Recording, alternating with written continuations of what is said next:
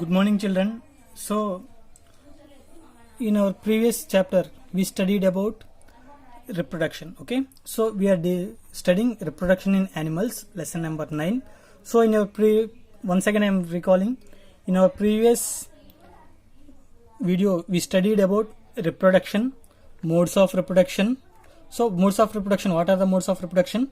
Sexual reproduction, asexual reproduction, human reproductive systems, that is male reproductive system and female reproductive system, structure of sperm, process fertilization, types of fertilization, that is external fertilization and internal fertilization, next conception and childbirth, gestation, embryo, fetus, IVF. Okay, so about these topics we studied. Okay, so now let's study another topic, that is formation of eggshells in hens. How the eggshells are formed in hens? Let's see. We know that birds and many other animals lay eggs. Eggs of these animals have tough shell of calcium carbonate. When zygote travels down the fallopian tubes, it undergoes several rounds of cell division. Many protective layers are formed around the zygote during this process. These layers subsequently develop into a hard shell of egg. The hen lays an egg only when the shell is completely formed. The embryo inside the egg of hens takes about 3 weeks to develop into a chick. Based on their ability to lay eggs or to give birth to young ones, animals are divided into two types, that is oviparous and viviparous. Okay, so let's see how the eggs or eggshells are formed in hens. Okay, not eggs, eggshells. Okay, how the eggshells are formed in hens. Okay, let's see. We know that birds and many other animals, they will lay eggs. Okay, they will, like humans, they will not give birth to the young ones, they will lay eggs. Okay, and the eggs laid by these animals, if you see the eggs outer cover, it is having tough shell. Okay, it is made up of calcium carbonate. Okay, how this tough shell is formed is when the zygote, which is formed in the fallopian tube, it will travel down. When it is traveling, it will undergo several rounds of cell division. Around that zygote, many protective layers are formed around the zygote.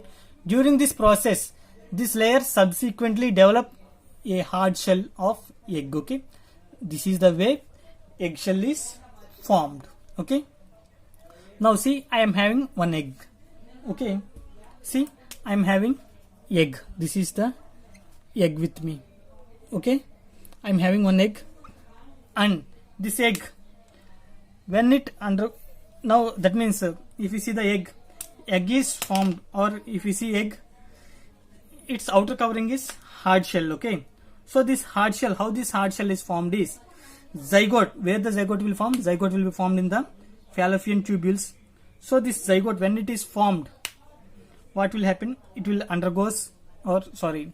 will comes down to the fallopian tubes, and see, zygote which is formed in the fallopian tubes, okay, it will comes down to the uterus. Okay, while traveling down to the uterus, it will form around it different layers. That layer, one of it, subsequently with these layers, it will form hard shell. Okay, that is the way hard shells are formed in the eggs of the birds. Okay, so based on their ability to lay eggs or give birth to the young ones, birds are or animals are divided into two types, that is one is oviparous and the second one is viviparous. Okay, so what is oviparous and what is viviparous?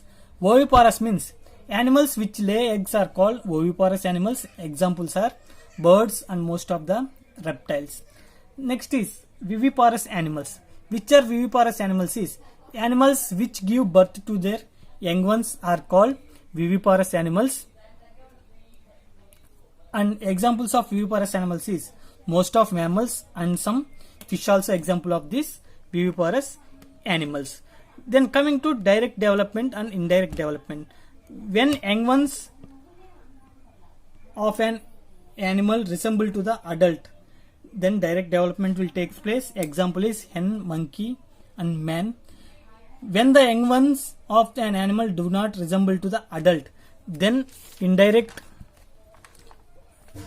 development will take place. Example is frog, butterfly, silk moth, etc. Okay, see, if you see the frog larva stage, it will contain different parts. Okay, but when it develops into an adult, it will contain different parts entirely. That larva and the adult frog both are different. Okay, such type of development is known as indirect development. Again, coming to the direct development, what is direct development is, if you see some of the animals like humans or some of the birds like that animals, if you see how it is during the larva stage, same will be in the stage of adult also. Such type of development is known as direct development. Then coming to process metamorphosis.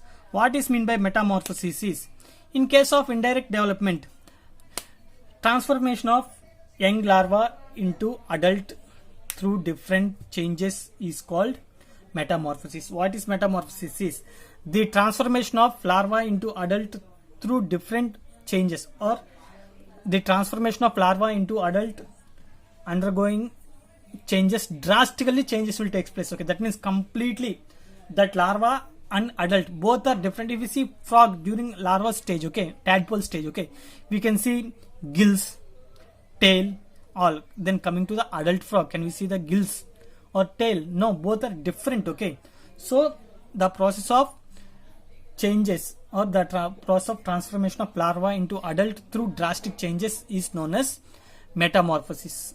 Okay, again same metamorphosis came, that's why example I'm saying. Okay, caterpillar developing into the butterfly, or cocoon developing into the silk moth, at the same time tadpole coming to the frog. This all also example of metamorphosis only. Then till now we studied sexual reproduction. Okay, now let's see asexual reproduction also. Okay, so another type of reproduction is it's asexual reproduction. In the starting only told, asexual reproduction means it requires only single organism. That means single parent is there and there is no formation of the gamete and there is no fusion of the gametes. The types of asexual reproduction is, one type is budding. This is method seen in multicellular animals which are highly simple in structure. A small bud develops on the body. The bud develops and starts resembling its mother. After that, the bud gets detached from the mother's body to begin life as a new individual. Examples are hydra and sponge. Okay, see here I am having hydra.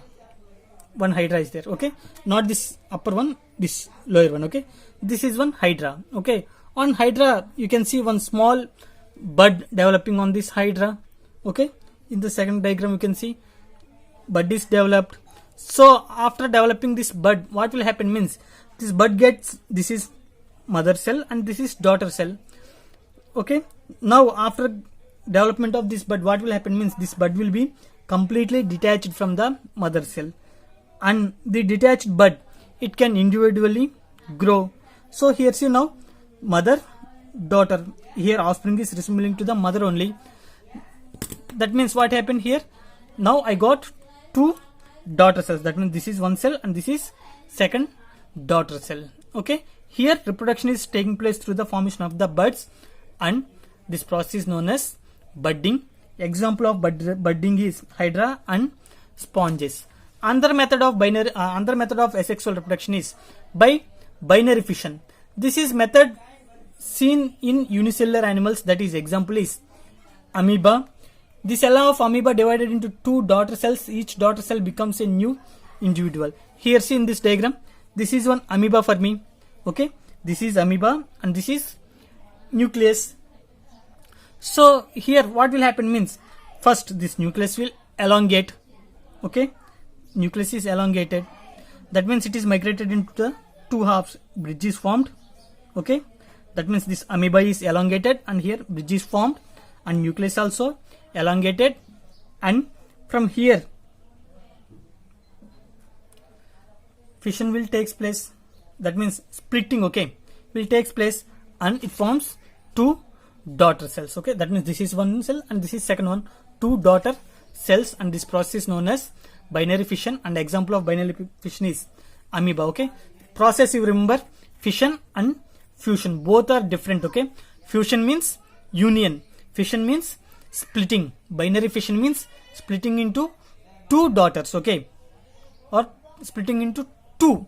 Here one amoeba is splitted into two only. One amoeba splitted into two, okay. That's why it is known as binary fission. Another method of asexual reproduction is cloning. When a new cell or a part of an organism or the whole organism is produced from a cell, it is called cloning. A sheep was the first mammal to be cloned, this one you remember.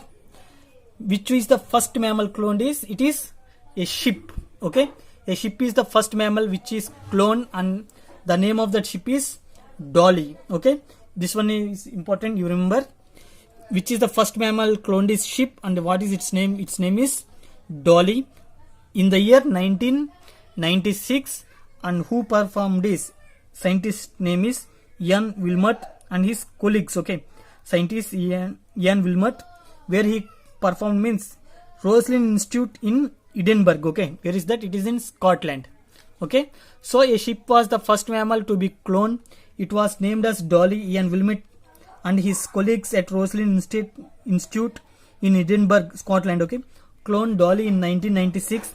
For this, the scientists took the cell from mammary gland from a sheep and took egg from the another sheep, okay. From one sheep, the scientists collected the cell from the mammary gland, and from the other sheep, they collected the egg from the sheep. Then, if you see the egg will contain nucleus, okay. So this egg which is collected from the sheep, okay, it is containing nucleus.